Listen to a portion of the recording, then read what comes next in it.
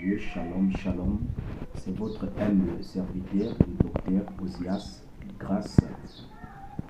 Nous sommes ici pour partager la pensée de Dieu, que Dieu nous a inspiré, une pensée qui est divine. Nous allons parler sur les thèmes qui est intitulé tout simplement la manne cachée et les cailloux blancs, tiré du livre d'Apocalypse chapitre 2, les versets 17, où l'apôtre Paul adresse un message à l'église de Pergame. La Bible dit, à celui qui vaincra, c'est une récompense qu'on donnera à l'église. Vous devez comprendre premièrement, quand on parle de cette église d'Asie, c'est la totalité de l'église du Seigneur sur la terre. Parce que le chiffre 7, premièrement, parle de la totalité.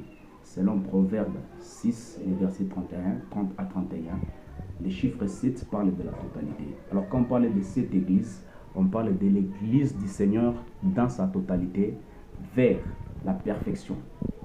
Alors, je disais tantôt que les termes que nous allons partager, c'est sur la manne cachée et les cailloux blancs. La Bible dit dans le livre d'Exode que lorsque les peuples d'Israël ont quitté l'Égypte, ils sont arrivés dans le désert et les peuples ont commencé à murmurer vers Dieu pour demander à manger à la nourriture. Et Dieu les avait donné le pain qui est intitulé comme la manne. Et cette manne, Dieu avait dit que vous allez le manger pendant 6 jours. Vous allez ramasser pendant 6 jours. Et le 6e jour, vous allez ramasser 2 portions, 2 doubles portions. Pour que le 7e jour, il n'y en aura pas. Pourquoi? Parce que le 7e jour, c'est le jour du repos ou le jour du sabbat, voulais-je dire. Alors, si vous ramassez, c'est là le 6e jour, vous allez prendre 2 portions. Alors, la Bible dit d'Apocalypse que celui qui vaincra aura la manne cachée. Alors, la Bible me dit dans Exode qu'à celui qui vaincra, et plutôt dans Exode, que vous allez ramasser le 6e jour, double portion de la manne, et le 7e jour, vous allez manger l'autre portion que vous avez ramassé le 6e jour. Qu'est-ce que cela veut dire? Que la manne qu'on avait ramassé le 6e jour, et on avait ramassé 2 portions.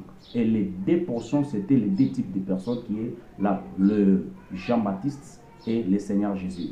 Jésus et Jean-Baptiste, et tous deux, sont venus à l'époque de la loi. C'était les 2 mannes qu'on avait ramassées le 6e jour. Mais Jean-Baptiste, lui, était mort le 6e jour. Mais Jésus, comme la manne cachée, a traversé et nous l'avons mangé même au jour du sabbat, le 7e jour, qui est le jour du Seigneur. L'époque de la grâce qui est l'époque du Seigneur Jésus. Peuple de Dieu, si et seulement si que vous marchez dans la crainte de Dieu et vous marchez dans la parole de Dieu, on vous donnera la manne cachée qui est le Seigneur Jésus. La Bible dit que les cailloux blancs, quand on parle de la couleur blanc, nous voyons la justice. Et les cailloux, vous devez comprendre premièrement que la grande pierre, on l'appelle rocher, et la petite pierre, on l'appelle caillou. Et la Bible dit que à celui qui vaincra, il aura aussi les cailloux blancs.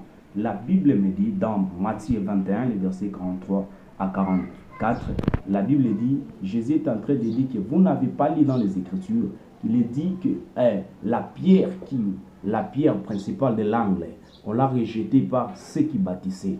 Qui bâtissaient, c'était les sacrificateurs. C'était les sacrificateurs qui bâtissaient, mais les sacrificateurs ont rejeté la pierre angulaire, la principale qui est le Seigneur Jésus.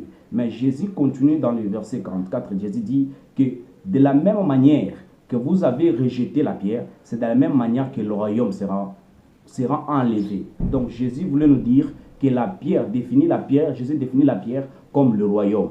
Nous comprenons déjà que le royaume est venu vers nous. Mais nous allons porter un nom nouveau. Et ce nom nouveau, nous allons découvrir ça dans Apocalypse 19.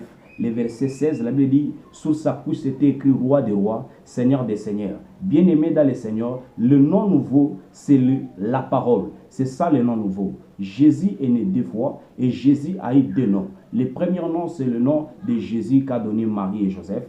Dans Luc, la Bible dit, l'ange a dit à Marie que l'enfant qui naîtra, tu lui donneras le nom de Jésus. Mais le deuxième nom, c'est le nom de la parole. Or, le premier nom, la mort pouvait les dominer, mais le deuxième nom, la mort ne pouvait pas les dominer. C'est pour cela, dans Philippiens chapitre 2, le verset 9, la Bible dit, l'apôtre Paul dit qu'il a reçu le nom au-dessus de tout nom, où tous genoux fléchissent et toute langue confesse. Et ce nom-là, c'est le nom qui est la parole qui domine même la mort. Que Dieu vous bénisse.